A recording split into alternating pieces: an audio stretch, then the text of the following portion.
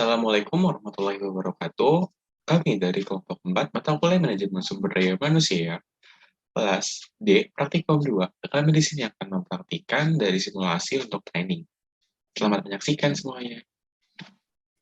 Selamat pagi, salam sejahtera bagi kita semuanya. Puji syukur kepada Tuhan Yang Maha Esa karena berkat rahmat dan karunia-Nya, kita masih diberikan kesempatan untuk bisa berkumpul di acara pelatihan berkomunikasi dengan tema public speaking. Tanpa berlama-lama lagi, mari kita sambut pembicara kita yang akan menyampaikan materi yang luar biasa, yaitu mengenai public speaking. Kepada Bintang Damar Alam, dipersilakan. Baik, terima kasih untuk Cynthia untuk atas pembukanya. Di sini saya akan menjelaskan tentang apa sih itu public speaking gitu kan. Ini ada training untuk public speaking. Oke, kita next. Public speaking. Nah, pasti kan belum ada pengertian public speaking yang pas dalam bahasa Indonesia. Hingga sekarang kita masih menyebutnya public speaking. Sebenarnya istilah aslinya dalam bahasa Inggris. Istilah bahasa Indonesia yang paling sering digunakan untuk mengartikan public speaking adalah berbicara di depan umum atau berbicara di depan publik. Bahkan public speaking sering pula disebut pidato. Nah, menurut Kamus Merriam-Webster mengartikan public speaking sebagai the art of skill of speaking to a usually large group of people. Public speaking adalah aksi atau keterampilan berbicara kepada sekelompok besar orang. Dan menurut David Zarowski, dalam public speaking strategies for success, public speaking is a continuous communication process in which message and signal circulate back and forth between speaker and listener. Nah, public speaking adalah sebuah proses komunikasi berkelanjutan, di mana pesan dan lambang terus berinteraksi di antara pembicara dan para pendengarnya. Nah, public speaking merupakan sebuah rumput keluarga ilmu komunikasi atau retorika. Retorika adalah seni berkomunikasi secara lisan yang dilakukan oleh seorang kepada sejumlah orang secara langsung bertatap muka. Contohnya itu seperti pidato, moderator, atau MC yaitu Master of Ceremony dalam presentasi. Nah, selanjutnya itu ada metode public speaking. Nah, yang pertama itu ada impromptu atau ad-lib gitu.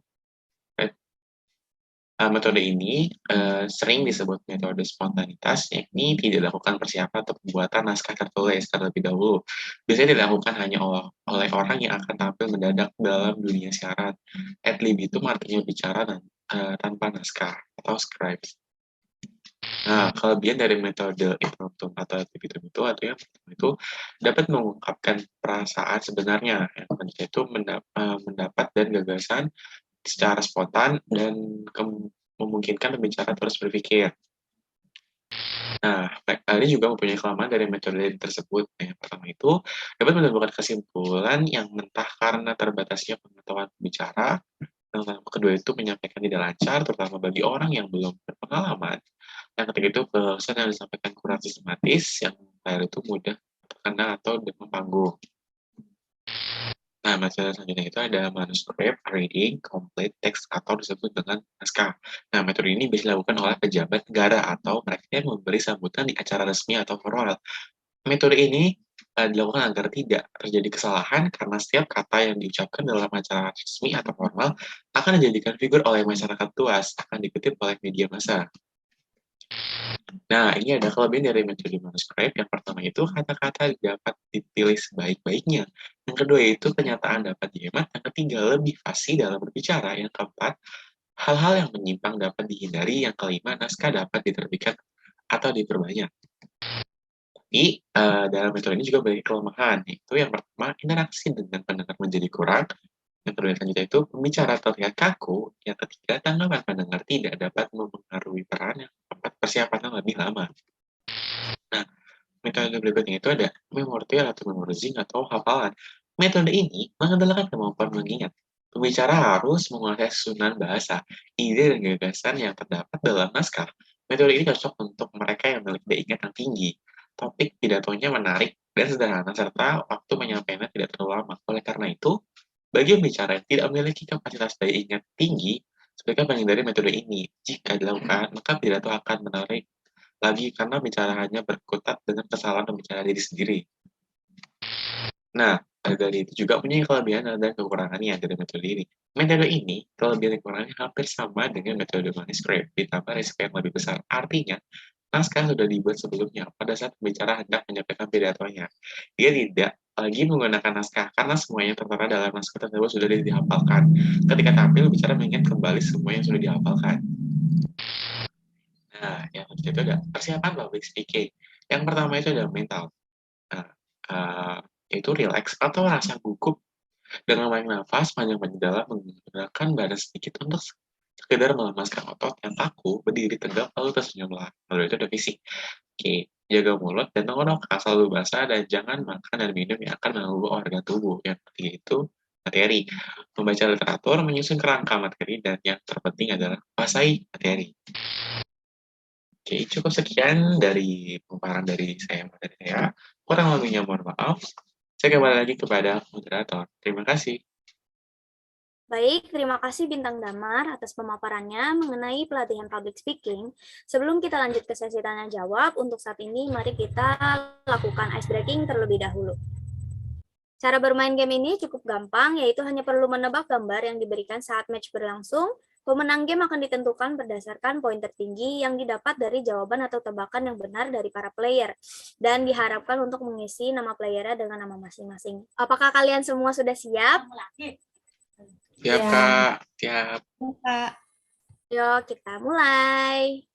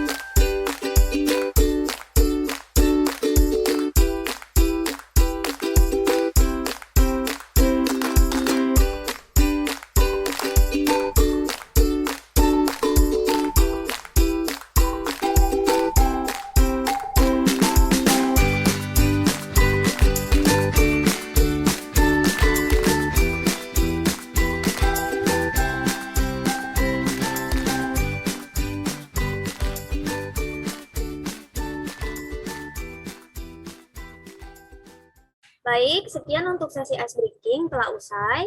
Untuk sesi selanjutnya adalah sesi tanya jawab yang akan dibawakan oleh Bella Afwa. Kepada Bella Afwa dipersilakan. Baik, selanjutnya sesi tanya jawab. Bagi yang ingin menanya, bisa raise hand, sebutkan nama dan asal. Baik, jika Tri Elvira dipersilakan. Terima kasih kepada moderator atas waktunya. Di sini saya Jika Tri Elvira Fadilah dari Garut ingin bertanya, mengapa sih kita perlu melakukan public speaking? Terima kasih. Baik, pertanyaannya kita tampung dahulu. Selanjutnya, Cynthia Yemina.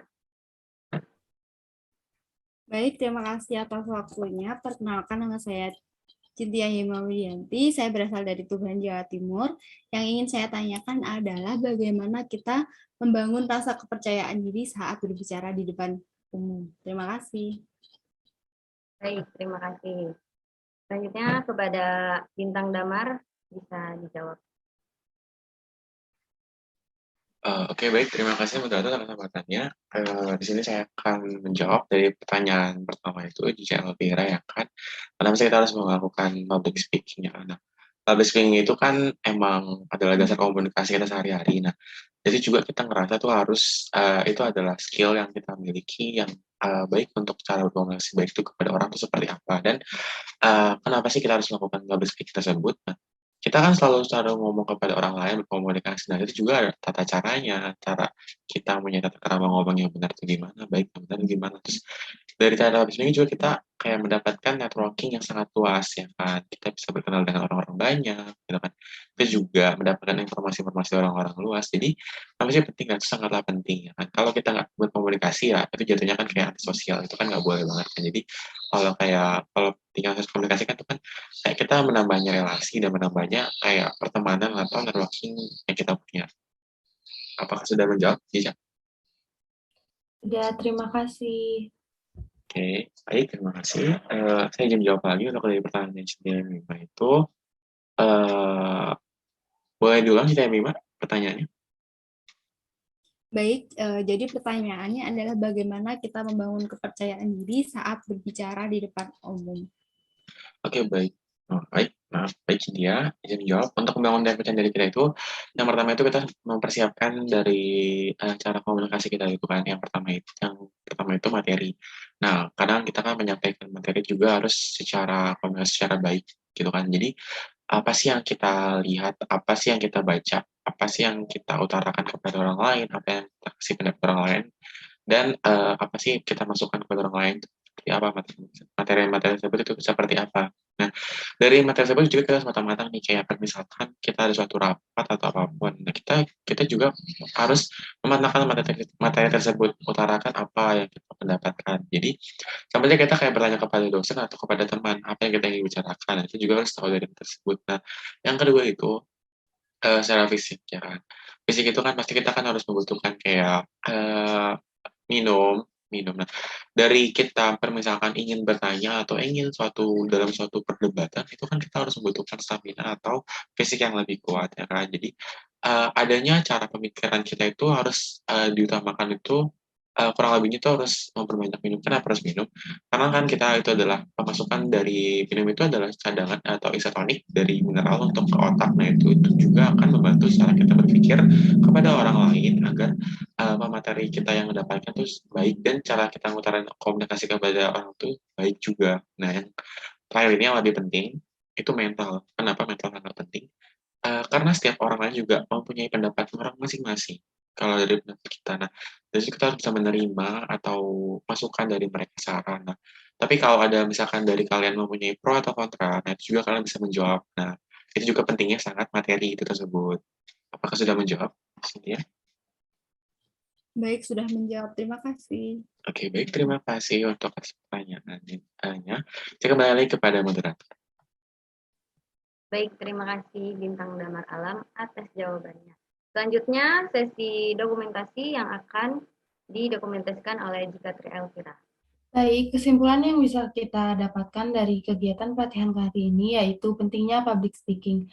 Kenapa sih public speaking ini penting? Karena dengan public speaking kita bisa menyampaikan gagasan, ide, informasi, atau hal dengan baik. Selain itu, kita juga bisa menjadi lebih percaya diri, bisa memimpin orang lain dan juga memengaruhi orang lain, dan kemampuan public speaking juga bisa memperluas network kita. Baik, sebelum mengakhiri acara, mari kita mengambil capture untuk dokumentasi. Apakah sudah siap? Sudah. Oke, kita mulai sesi dokumentasi. 1, 2, 3.